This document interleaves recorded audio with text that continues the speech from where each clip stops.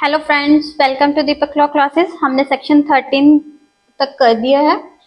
अब हम सेक्शन 13 के आगे का जो हिंदू मैरिज एक्ट है वो कर रहे हैं। सेक्शन 13A क्या बात कर रहा है? Alternative relief in divorce proceedings. ठीक है। In any proceeding under this act on a petition for dissolution of marriage by a decree of divorce except, मतलब कुछ ग्राउंड्स ऐसे हैं जिनमें जैसे कन्वर्जन है, सॉरी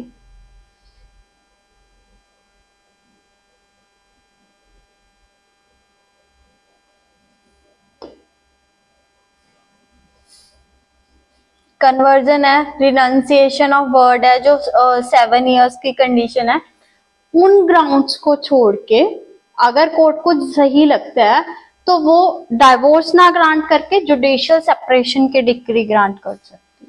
ठीक है। मैरिटल स्टेटस नहीं पार्टीज का खत्म करेगी कोर्ट, उनको जो उनके मैरिटल ऑब्लिगेशंस हैं, एक दूसरे के प्रति राइट्स हैं, उनसे छुटकारा दिलवा देगी।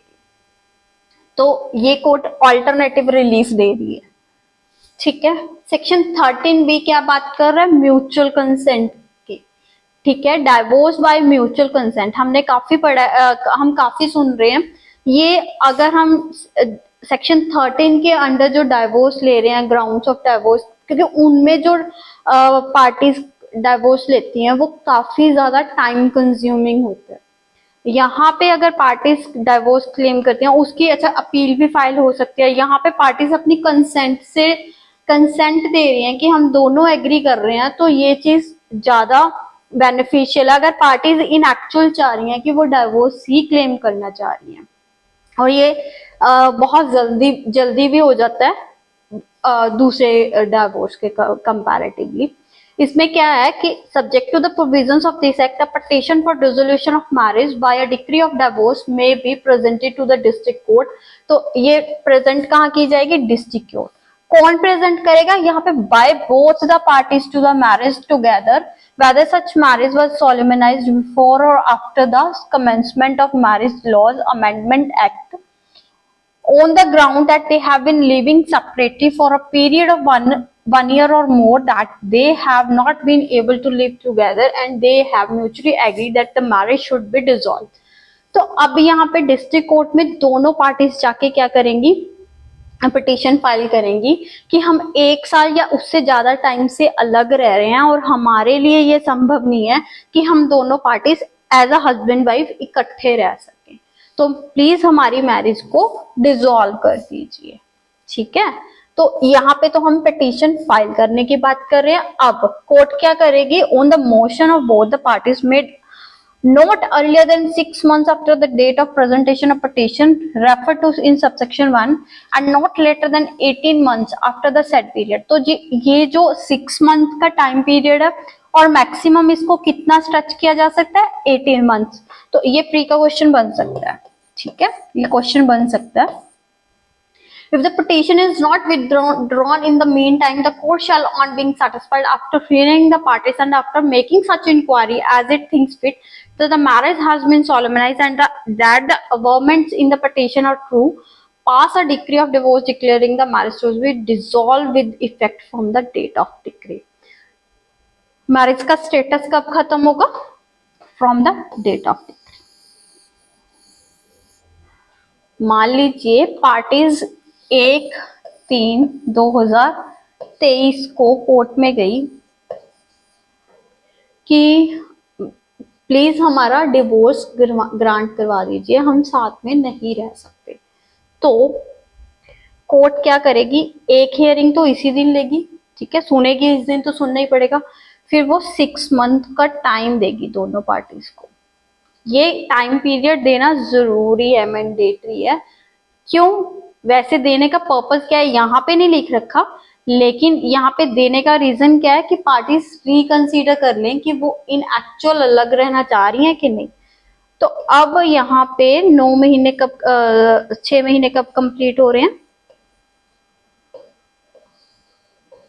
ठीक है, तो इस दिन दोबारा से दोनों पार्टीज को बुलाया जाएगा, कोर्ट टाइम दे देगी 6 महीने का, और इस दिन दोबारा पार्टी से पूछेंगे, अगर पार्टी दोबारा से रीअफर्म कर रही हैं कि भाई हम नहीं साथ में रह सकते, तो कोर्ट इनका डाइवोर्स ग्रांट कर देगी। और अगर मान लीजिए आज कोर्ट ने डिक्री दे दी, तो आज के दिन से ये डिवोर्स इफेक्टेड होगा। अच्छा, ये 6 महीने का टाइम पीरियड देना जरूरी ही है, लेकिन ज्यादा से ज्यादा कितना टाइम दिया जा सकता है? ज्यादा से ज्यादा टाइम दिया जा सकता है इस दिन तक का। ठीक है, तो 18 मंथ्स का टाइम पीरियड ज्यादा से ज्यादा दिया जा सकता है। तो आई थिंक ये क्लियर होगा आपको। नेक्स्ट है section 14, no petition for divorce to be presented within 1 year of marriage. इसमें सिंपल सी बात ये है कि अगर दो पार्टीज की मैरिज हुई है, तो मैरिज के 1 साल के अंदर अंदर वो अपने डिवोर्स की पिटिशन फाइल नहीं कर सकते। ठीक है, बट इसमें क्या है, provide upon application, sorry since in accordance, अगर एक्सेप्शनल हार्डशिप हो रही है पिटिशनर को, या exceptional depravity on the part of respondent है, और कोर्ट के को लगता है कि but if it appears to the court at the hearing of petition the petitioner obtain leave to present the, ठीक है, अगर हार्डशिप हो रही है पार्टीज की तरफ से, मतलब पार्टी अगर उसको 1 साल के अंदर अंदर ही डिवोर्स मिल जाना चाहिए, उसकी कंडीशन इतनी मिजरेबल हो गई है कि उसके लिए ये जरूरी है कि वो अपने पार्टनर से अलग हो जाए, तो वहां पे कोर्ट 1 ईयर के अंदर भी उसकी पिटिशन को अलो कर सकती है। पहली चीज तो ये। लेकिन अगर कोर्ट को ये लगता है कि पिटिशनर ने जो 1 साल के अंदर अंदर पिटिशन फाइल करने की परमिशन ली है, वो उसने कुछ मिसरिप्रेजेंटेशन या फिर कंसील कर, कुछ केस के नेचर को कंसील करके ली है, तो कोर्ट ने अगर डिक्री प्रोनाउंस कर दी थी, तो कोर्ट कह सकती है भाई वो डिक्री इफेक्ट में नहीं होगी जब तक कि 1 साल पूरा नहीं हो जाता। ठीक है, या फिर जो कोर्ट है वो डिसमिस कर सकते हैं उस पिटीशन को। ठीक है, लेकिन ऐसा नहीं है, अगर कोर्ट ने डिसमिस कर दी तो पार्टीज के पास 1 साल के बाद कोर्ट जाने का जो राइट है वो नहीं खत्म होगा। ठीक है, बस सिंपल सी बात है कि हम वैसे तो 1 साल के अंदर अंदर फाइल नहीं कर सकते, लेकिन अगर पार्टीज को एक्सेप्शनल हार्डशिप हो रही है तो कोर्ट अलो कर सकती है। बट अगर अलो करने के बाद पार्टी को, कोर्ट को लगता है कि भाई वो तो पार्टी ने जानबूझ के मुझे मिसरिप्रेजेंटेशन वगैरह करके मुझसे परमिशन ली थी, तो कोर्ट या तो अगर उसने डिक्री पास कर दिया तो उस डिक्री को कह देगी कि वो इफेक्ट में तब आगी जब 1 साल पूरा हो जाएगा, या फिर पिटीशन को ही डिसमिस कर सकती है। लेकिन पिटिशनर का 1 साल कंप्लीट होने के बाद जो राइट है पिटीशन फाइल करने का वो खत्म नहीं होगा। ठीक है, और in disposing of any application under this section for leave to petition present a petition for divorce before the expiration of 1 year from the date of marriage, the court shall have regard to the interest of any children। अगर उस marriage से कोई बच्चे वगैरह हो गए हैं तो उनका इंटरेस्ट कोर्ट जरूर देखेगी कि उन जो डिवोर्स की डिक्री है उससे बच्चों पे क्या इफेक्ट पड़ रहा है, बच्चों का फ्यूचर पे इफेक्ट क्या पड़ रहा है, तो वो चीजें कोर्ट जरूर कंसीडर करेगी। अब सेक्शन 15 में है divorce person when may marry again. अब मैरिज वो कब कर सकते हैं, तो जब डिवोर्स ग्रांट हो गया, मतलब डिवोर्स हो गया, तो उसके बाद अगर तो उस डिवोर्स पे अपील फाइल हो सकती है। ठीक है, फिर अगर अपील फाइल हो सकती है तो फिर 2 कंडीशंस, अगर तो अपील फाइल हो गई जब तक वो अपील डिस्पोज ऑफ नहीं हो जाती।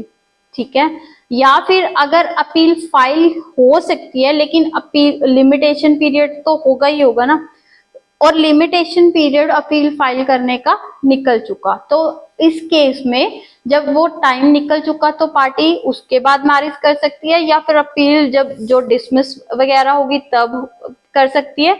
अदरवाइज जिस टाइम पे डिवोर्स ग्रांट हो गया जिसमें अपील नहीं हो सकती, मतलब वो कंडीशन वैसे है नहीं है।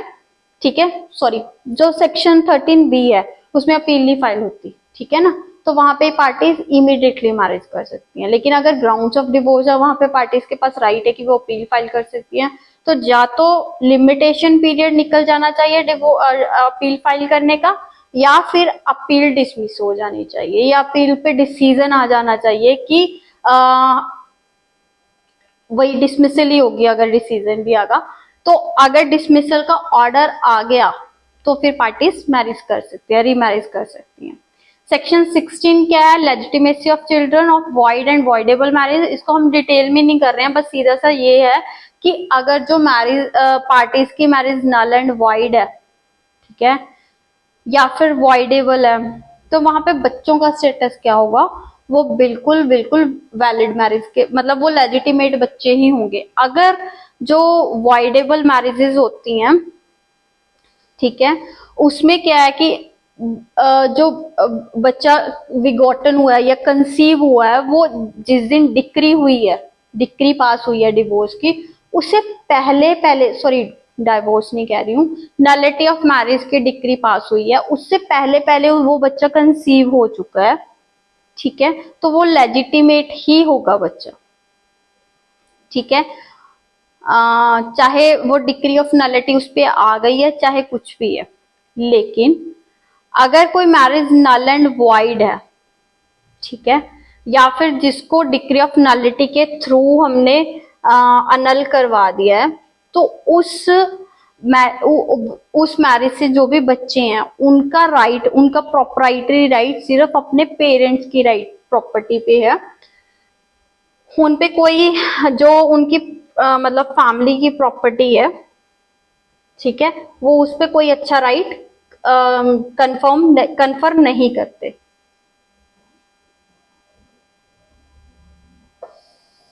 ठीक है, मतलब कि वो सिर्फ अपने फादर या मदर की प्रॉपर्टी ही क्लेम कर सकते हैं, वो अपने फादर या मदर के ही लीगल हो सकते हैं। वो जो जैसे को पार्टनरी प्रॉपर्टी में जो राइट्स आते हैं वो नहीं क्लेम कर सकते। सेक्शन 17 क्या है? Punishment of bigamy. अगर कोई पर्सन बाइगेमी कमिट कर रहा है, दो हिंदूज के बीच में मैरिज हुई है, ठीक है, और वो फिर से बाइगेमी कर रहा है, तो उसको पनिशमेंट हमने देनी है section 494 495 of Indian penal code, ठीक है, उसको इंडियन पिनल कोड के अकॉर्डिंगली हम पनिश करेंगे। सेक्शन 18 बात कर रहा है punishment for contravention of certain other conditions for a Hindu marriage. इसमें किन किन चीजों की बात की गई है? अगर कोई पर्सन मैरिज कर रहा है, ये थर्ड किसकी बात कर रहा है? स्पिंडास की। फोर्थ किसकी बात कर रहा है? सॉरी, थर्ड बात कर रहा है चाइल्ड मैरिज की, फोर्थ बात कर रहा है प्रोहिबिटेड रिलेशंस की और स्पिंडास की, ठीक है।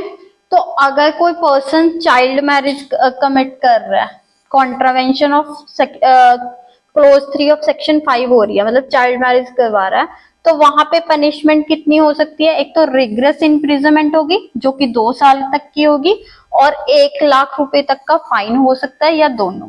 और अगर कॉन्ट्रावेंशन हो रही है, स्पिंडा रिलेशनशिप्स में मैरिज हो रही है या प्रोहिबिटेड रिलेशनशिप्स में मैरिज हो रही है, तो वहां पे पनिशमेंट कितनी है? सिंपल इम्प्रिजनमेंट है जो कि 1 महीने तक की हो सकती है, या 1000 रुपए फाइन, या दोनों। फाइन।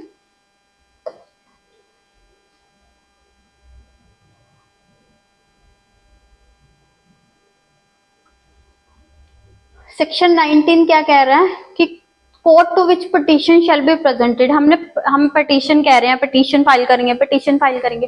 पिटीशन फाइल कहाँ करनी है? तो वो बात कर रहे हैं सेक्शन 19 में। Every petition under this section shall be presented to the district court, ठीक है, in which the local limits of whose ordinary original civil jurisdiction, ठीक है, the marriage was solemnized, ठीक है, जहां पे मैरिज सोलमेनाइज हुई थी, या फिर जो रिस्पोंडेंट है जिस टाइम पे हम पिटीशन फाइल कर रहे हैं वो रह रहा है, या फिर दोनों पार्टीज ने लास्टली यहाँ पे इकट्ठे रहे थे वहां पे, या फिर अगर वाइफ पिटिशनर है जिस टाइम जहां पे वो रह रही है प्रेजेंटेशन ऑफ पिटीशन के टाइम पे, वहां पे वो फाइल कर सकती है,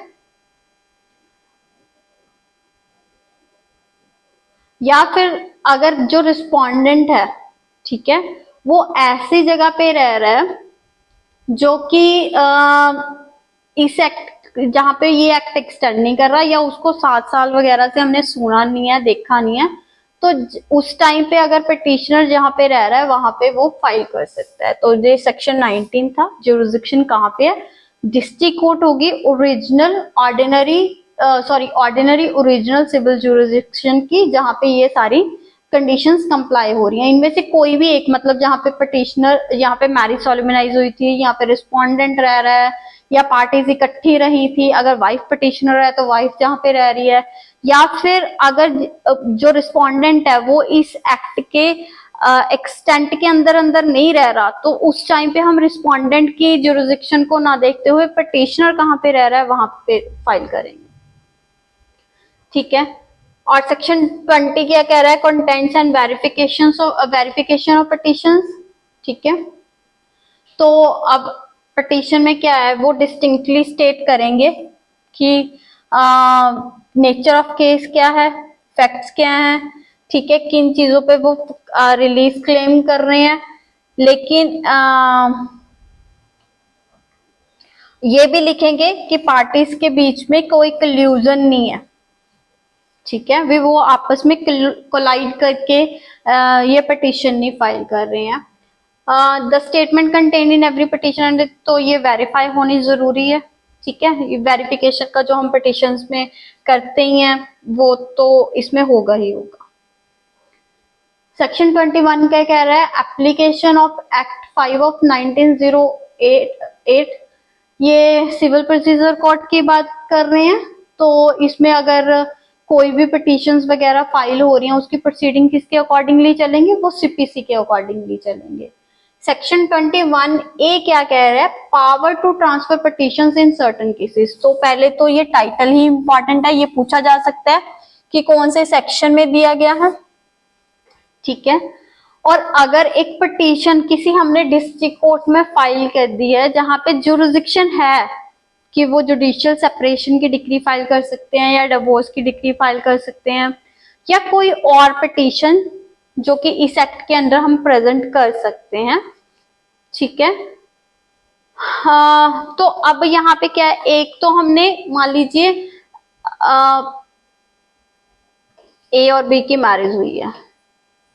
ठीक है, तो उन्होंने अपने क्राइटेरियाज को पूरा करते हुए, मान लीजिए ये हस्बैंड है, ये वाइफ है, हस्बैंड ने अपने वहां पे फाइल कर दिया सेक्शन 13 के अंदर डाइवोर्स के लिए। अब वाइफ क्योंकि पिटिशनर है, यहाँ रिस्पोंडेंट है वैसे तो, बट वाइफ अपना केस फाइल कर रही है आरसीआर का, तो यहाँ पे ये पिटिशनर हो गई, तो ये अपनी जुरिसडिक्शन में फाइल कर सकती है।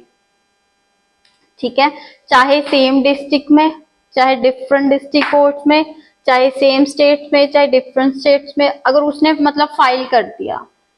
तो अब यहाँ पे क्या होगा, यहाँ पे अगर petitions are presented to the same district court, अगर हमने सेम डिस्ट्रिक्ट कोर्ट में की है तो दोनों पिटिशंस इकट्ठी सुनी जाएंगी।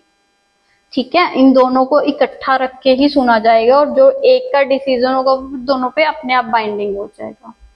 लेकिन अगर हमने डिफरेंट डिस्ट्रिक्ट कोर्ट्स में की है, तो जो बाद में, मान लीजिए यहाँ पे वाइफ ने ये बाद में फाइल की थी, तो ये कहाँ पे ट्रांसफर हो जाएगी? इसी कोर्ट में ट्रांसफर हो जाएगी और दोनों को इकट्ठा सुना जाएगा। ठीक है। In a case where clause b of subsection 2 applies, the court or the government as a case may be competent under the code of civil procedure to transfer any suit or proceeding from the district court in which later petition has been presented to the district court in which the earlier petition is pending, shall exercise its power to transfer such case petition as if had been empowered to do so under this code। अब वैसे तो हमने कहा है कि ये वाली जो बाद में फाइल की गई है वो यहाँ पे आएगी, लेकिन अगर ऐसा केस है अभी दो अलग अलग डिस्ट्रिक्ट कोर्ट्स में फाइल हुई है, तो गवर्नमेंट क्या कर सकती है? गवर्नमेंट यहाँ पे कर सकती है, कोर्ट को अथॉरिटी दे सकती है, भाई आप ये वाली पिटीशन उठा के आप यहाँ पे सुनो। तो वो सेम ही ऐसा होगा कि ओरिजिनली उसके पास पावर थी कि ऐसा करने की। सेक्शन 21 क्या कह रहा है? Special provisions relating to trials and disposal of petitions under this act. The trial of a petition under this act shall so far as is practicable consistently with the interest of justice in respect of trial be continued from day to day. तो ये day to day basis पे होंगे until the conclusion of trial. तो अब यहाँ पे क्या important होगा? हमने कितने टाइम के अंदर अंदर इसको सुनना है? 6 महीने के अंदर अंदर. कब से? From the date of service of notice of the petition on the respondent. 6 महीने के अंदर अंदर हमने इसको वाइंड अप करना है एक तरीके से केस को. और अपील्स को कितने टाइम के अंदर अंदर सुनना है? 3 महीने के अंदर अंदर from the date of service of notice. ये चीज इंपॉर्टेंट है, ठीक है. और ये टाइटल इंपॉर्टेंट है. इसमें से 3 क्वेश्चन बन सकते हैं ठीक है. ठीक है. 21C क्या कह रहा है? Documentary evidence.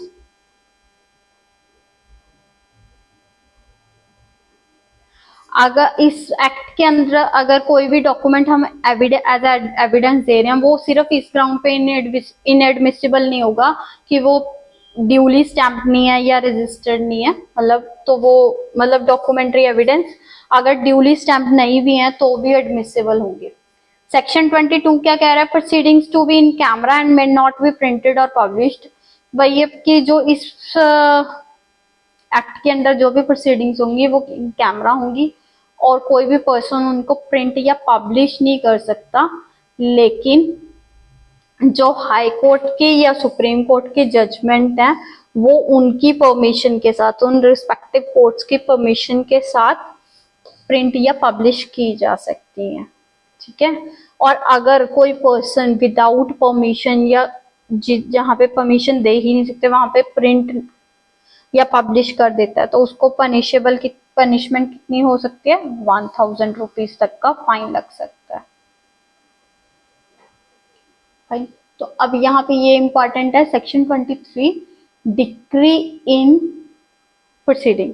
इनमें हम जो मैट्रिमोनियल बार्स वगैरह हैं वो भी हम इसी सेक्शन में देखते हैं. In any proceeding under this act whether defended or not, if a court is satisfied that any of the grounds for granting relief exist and the petitioner, except in cases where the relief is sought by him on the grounds specified in clause A, B, C of मतलब mental incapacity के ground पे, is not in any way taking advantage of his or her own wrong or disability for the purpose of such relief, and where the ground of the petition is ground specified in clause 1 of subsection 1 of 13, the petitioner has not, ये cruelty का ground है, has not in any manner been accessory to or convened or condoned that. ठीक है. और acts complained of where the grounds of petition is cruelty, the petitioner has not in any manner condoned the cruelty. Fine. तो अब यहाँ पे क्या है कि जो पिटिशनर है वो क्लीन हैंड्स आना चाहिए, वो अपनी ही गलती का फायदा नहीं उठा रहा होना चाहिए. और दूसरी क्या है, ये मैट्रिमोनियल बार्स भी इसीलिए कहते हैं कि इस ग्राउंड्स पे जो पिटिशनर है वो अगर वो मान लीजिए उसने खुद गलती करके आया तो वो फिर खुद रिलीफ नहीं क्लेम कर सकेगा. ठीक है. या फिर वो उसने जो भी उसके अगेंस्ट एक्ट हुआ है, अडल्ट्री हुई है या क्रूएलिटी हुई है, उसको कंडोन नहीं किया होना चाहिए. अडल्ट्री में वो क्या कहते हैं, असेसरी नहीं होना चाहिए. ठीक है, रिस्पोंडेंट के लिए. तो ये कंप्लीट हो गया कि भाई जो पिटिशनर है वो कोर्ट में क्लीन हैंड्स आना चाहिए. When a divorce is sought on the ground of mutual consent, such consent has been obtained by force, fraud or undue influence. अगर डिवोर्स क्लेम किया है तो फिर वहां पे क्या है, वो कंसेंट फोर्स, फ्रॉड या अनड्यू इन्फ्लुएंस से नहीं हुई होनी चाहिए. द नेक्स्ट है, the petition not being a petition presented under section 11 is not presented or prosecuted in collusion with the respondent. ठीक है. जो पिटिशन है वो रिस्पोंडेंट के साथ मिलके नहीं फाइल की होनी चाहिए. ठीक है, और जो प्रोसीडिंग्स है उनको इंस्टीट्यूट करने में कोई अननेसेसरी या इम्प्रॉपर डिले नहीं होनी चाहिए, ठीक है, और कोई ऐसा ग्राउंड नहीं होना चाहिए, कोई मतलब ये तो हमने स्पेसिफिकली कुछ बता दिया, बाकी कुछ ऐसे ग्राउंड्स नहीं होने चाहिए जिन पे हम कह सकें भी आपको रिलीफ मिल नहीं सकती है, ऐसा कुछ नहीं होना चाहिए, ठीक है। अगर ऐसा कुछ भी नहीं है तो फिर कोर्ट क्या करेगी, डिक्री दे देगी, ठीक है। Before proceedings to grant any relief under this act, it shall be the duty of court in the first instance in every case. तो अब यहाँ पे कोर्ट क्या कर रही है, कह रहे हैं कि कोर्ट कोई भी डिक्री दे रही है तो डिक्री देने से पहले कोर्ट ने क्या कोशिश करनी है, उसने पार्टीज में रिकंसिलिएशन, मतलब पार्टीज में कोशिश करनी है कि उनके बीच में जो भी प्रॉब्लम है उसका सोल्यूशन निकल जाए और उनका डिवोर्स ना हो, ये कोशिश करनी है, ठीक है। लेकिन अगर पार्टीज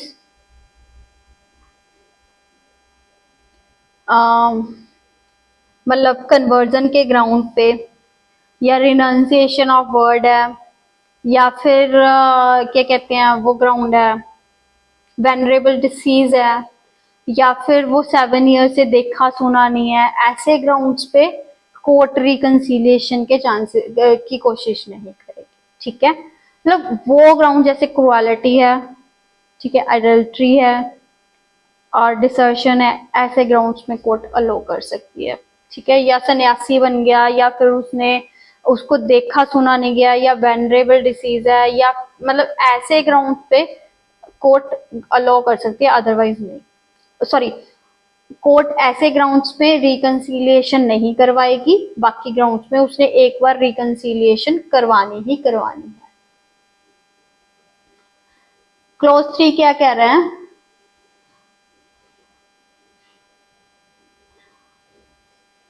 अब रिकंसिलिएशन अगर कोर्ट ने करवानी है तो उसके लिए कोर्ट को अगर जरूरी लगता है तो वो प्रोसीडिंग्स को एडजर्न कर सकती है, कितने टाइम के पीरियड के लिए, नॉट एक्सीडिंग 15 डेज, ठीक है। और कई बार ऐसा है पार्टीज कहते हैं कि हमें लगता है कि हमारे बीच में reconciliation that so and so person करवा सकता है, तो उस पर्सन के पास भी रेफर कर सकती है कोर्ट, ठीक है।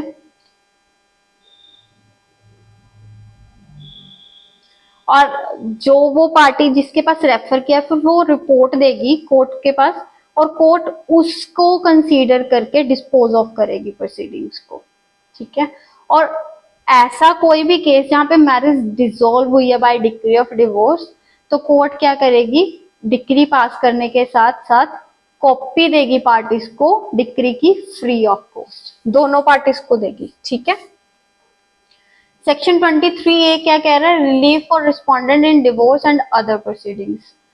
यहाँ पे अगर मतलब डिवोर्स का केस है या जुडिशियल सेपरेशन का, मतलब वो ओरिजिनल उसमें रिस्पोंडेंट है, रेस्टिट्यूशन ऑफ कंज्यूमर राइट्स का केस है, तो यहाँ पे क्या है, रिस्पोंडेंट कह सकता है, मान लीजिए वो कह रहा है रेस्टिट्यूशन ऑफ कंज्यूमर राइट्स है या जुडिशियल सेपरेशन हस्बैंड क्लेम कर रहा है, तो यहाँ पे रिस्पोंडेंट कह सकता है कि भाई मैं मेरे भी ये मुझे भी प्रॉब्लम्स थी और मेरे काउंटर क्लेम में मेरे पास ये ग्राउंड्स हैं, ठीक है। और अगर पिटिशनर्स एडल्ट्री, क्रुएलिटी या डिसर्शन प्रूव हो गई, मतलब अगर भैया कि अगर रेस्टिट्यूशन ऑफ कंज्यूमर राइट्स है, तो अगर रिस्पोंडेंट कह रहा है या कह रही है कि भाई मैं तो कंज्यूमर राइट्स को इसलिए रिस्टोर बैक नहीं करना चाह रही क्योंकि मेरा हस्बैंड खुद एडल्ट्री कमिट कर रहा है या मेरी वाइफ खुद एडल्ट्री कमिट कर रही है, और अगर ये चीज वो प्रूव कर दे तो कोर्ट रिस्पोंडेंट को भी रिलीफ दे देगी जो कि वो एंटाइटल्ड है, ठीक है। तो यहाँ पे मतलब वो काउंटर क्लेम करके अपनी बात को भी रख सकता है और अपनी बात को रख के अगर प्रूव कर दिया तो उसको जो रिलीफ मिलनी चाहिए वो कोर्ट उसको ग्रांट कर देगी, सीधी सी बात तो इतनी है। लेकिन इसके ग्राउंड्स क्या है, एडल्ट्री, क्रुएलिटी एंड डिसर्शन। 24 क्या कह रहा है, maintenance, pendente lite and expenses of proceeding where in any proceeding under this act it appears to the court that either the wife or the husband as the case may has no independent income sufficient for his or her or his support and the necessary expenses of proceeding, it may on the application of wife or the husband or the respondent to pay the petitioner the expenses of proceeding and monthly during the proceedings such sum as having regard to the petitioner's own income and the income of respondent, it may seem to the court to be reasonable, provided that the application for the payment of expenses of proceeding and such monthly sum during the proceeding shall as far as possible be disposed within 60 days from the date of service of notice on the wife or the husband as the case may be। पहले तो सीधी सी बात, simple सी बात, इसमें से question क्या बन रहा है, पेंडेलाइट एंड एक्सपेंसेस ऑफ प्रोसीडिंग। तो ये जिस टाइम पे प्रोसीडिंग्स चल रही हैं ये उसका खर्चा है एक तरीके से, ठीक है। और दूसरी, ये जो राइट है ये हस्बैंड और वाइफ दोनों के पास राइट है। हम सेक्शन 125 सीआरपी से करते हैं, उसमें सिर्फ और सिर्फ वाइफ के पास राइट है। उसमें जो हस्बैंड है वो वाइफ से मेंटेनेंस नहीं क्लेम कर सकता, लेकिन यहाँ पे हस्बैंड भी वाइफ से मेंटेनेंस क्लेम कर सकता है। और वो जो पर्सन है, जो भी चाहे हस्बैंड है चाहे वाइफ है, वो कह रही है कि कह रही है कि मेरे पास अपनी इंडिपेंडेंट इनकम नहीं है जो कि सफिशिएंट हो कि मेरे जो प्रोसीडिंग है मैं उसको सपोर्ट कर सके या मेरे जो जरूरी के खर्चे हैं उसको उठा सके, ठीक है। तो कोर्ट क्या करेगी, उन चीजों को देखेगी और कोर्ट उसको 60 पहले तो उसने 60 डेज के अंदर अंदर इस चीज को डिस्पोज ऑफ करना है। और उसको अगर सही लग रहा है कि हाँ जी जो पिटिशनर ने कहा है उसके सच्ची में उसके पास इतनी इनकम नहीं है, तो वो खर्चा मंथली अलाउंस भी फिक्स कर सकती है जो उसको ठीक लगता है। लेकिन इसमें पिटिशनर की भी इनकम देखी जाएगी। अगर पिटिशनर खुद ही 10,000 कमा रहा है, वो रिस्पोंडेंट को 10 का 10 तो नहीं दे देगा, तो पिटिशनर की कितनी इनकम होगी उसको कंसीडर करके कोर्ट एक जेन्युइन सी अमाउंट फिक्स कर सकती है, मंथली भी और जो इस प्रोसीडिंग्स का खर्चा आएगा उसके according. Section 25, permanent alimony and maintenance. Any court exercising jurisdiction on this act may, at the time of passing the decree or at any time subsequent thereto, on application made to it for the purpose of either the wife or the husband, as the case may be, order that the respondent shall pay the applicant to his or her maintenance and support such gross sum or such monthly or periodical sum for a term not exceeding the life of applicant as having regard to the respondent's own income and the pet property, if any, and the pet income and other property of the applicant. It may seem to the, यहाँ पे देखो मैंने पहले कहा था section 24 जो proceedings चल रही हैं उसका खर्चा है। ये परमानेंट एलिमनी और मेंटेनेंस है। अगर कोर्ट ने अपनी जुरिसडिक्शन जो एक्सरसाइज कर रही है डिक्री पास करने के टाइम पे या बाद में, उसको एप्लीकेशन एक मिलती है हस्बैंड या वाइफ की तरफ से और उसको कंसीडर करके वो ऑर्डर कर सकती है कि भाई रिस्पोंडेंट है वो एप्लीकेंट को मंथली कुछ ऐसे ऐसे इतना सम देगा। लेकिन वही उसमें उसने क्या कंसीडर करना है कि जो रिस्पोंडेंट है उसकी अब खुद की इनकम क्या है, ठीक है। और अगर कोर्ट को सही लगता है तो कोर्ट क्या कर सकती है, वो पेमेंट को सिक्योर कैसे करवा सकती है, इमूवेबल प्रॉपर्टी पे चार्ज लगा के भी करवा सकती है। और अगर कोर्ट ने एक अमाउंट फिक्स कर दी थी लेकिन बाद में कोर्ट को पता चलता है कि भाई दोनों पार्टीज के स्टेटस में कुछ चेंज आ गया, तो उसके हिसाब से वो जो भी उसने अमाउंट फिक्स की थी उसको वेरी कर सकती है, मतलब उस ऑर्डर को वेरी कर सकते हैं, मॉडिफाई कर सकते हैं, रिसेंड कर सकते हैं। वेरी मैंने वेरी और मॉडिफाई तो एक तरीके से चेंज करना ही होता है, रिसेंड मैंने उस चीज को कैंसिल कर देना। If the court is satisfied the party in whose favour an order has been made, अगर कोर्ट ने कोई किसी पार्टी के फेवर में ऑर्डर किया था तो उसमें दो कंडीशंस है कि अगर तो वो वाइफ है वो चेस्ट नहीं रही, ठीक है, मतलब कैरेक्टर की सही नहीं रही, और अगर हस्बैंड है तो वो भी मतलब अडल्ट्री कमिट कर रहा है, तो वहां पे भी वो अपने ऑर्डर को चेंज कर सकती है या रिसेंड कर सकती है। सेक्शन 26 क्या कर रहा है, custody of children in any proceeding under this act the court may from time to time pass such orders and make such provisions in the decree as it may deem just and proper with respect to the custody. तो अब यहाँ पे court कोई भी interim orders pass कर सकती है, किस चीज के related, custody, maintenance, education of minor children, ठीक है, इनके रिलेटेड। लेकिन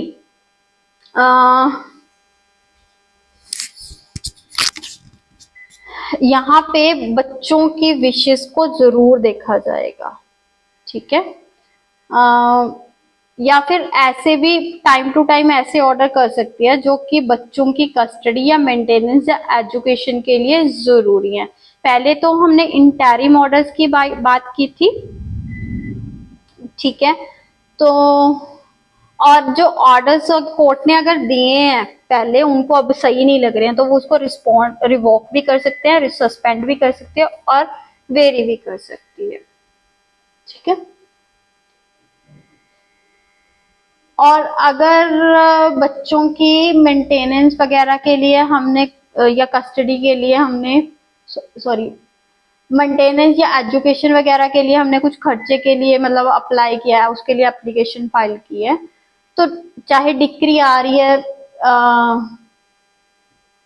तो डिक्री आ रही है नहीं आ रही है, तो कोर्ट ने क्या करना है, उस एप्लीकेशन को 60 डेज के अंदर अंदर डिस्पोज ऑफ करना है, ठीक है।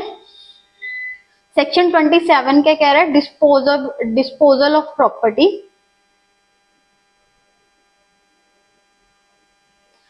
अब इस एक्ट के अंदर कोई प्रोसीडिंग्स फाइल हुई हैं, मान लीजिए डिवोर्स की हुई हैं, लेकिन अब पार्टीज के ने ज्वाइंटली भी काफी कुछ एसेट्स इकट्ठे किए हुए हैं, एज अ हस्बैंड वाइफ उनके ज्वाइंट एसेट्स हैं, तो उनको डिस्पोज ऑफ कैसे किया जाएगा, वो कोर्ट को जैसे भी केस के हिसाब से ठीक लगता है वो कोर्ट कर सकती है।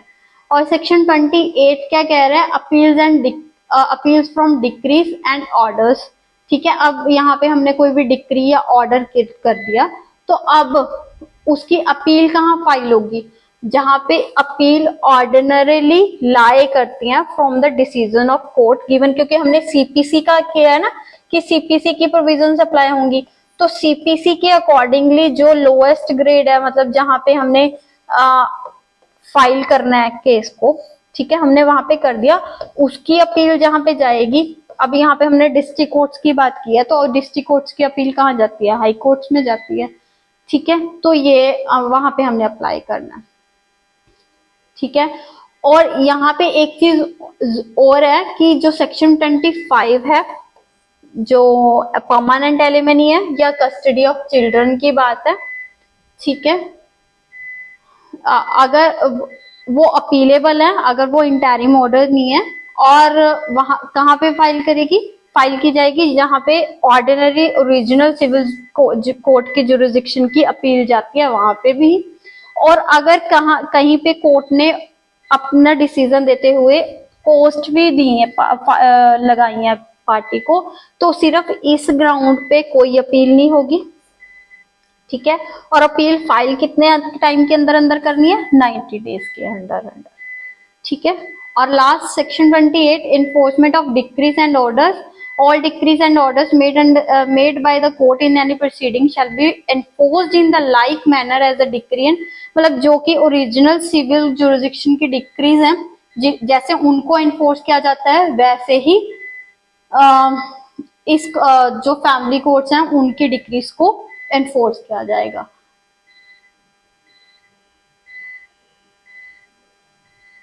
और नेक्स्ट सेविंग्स है।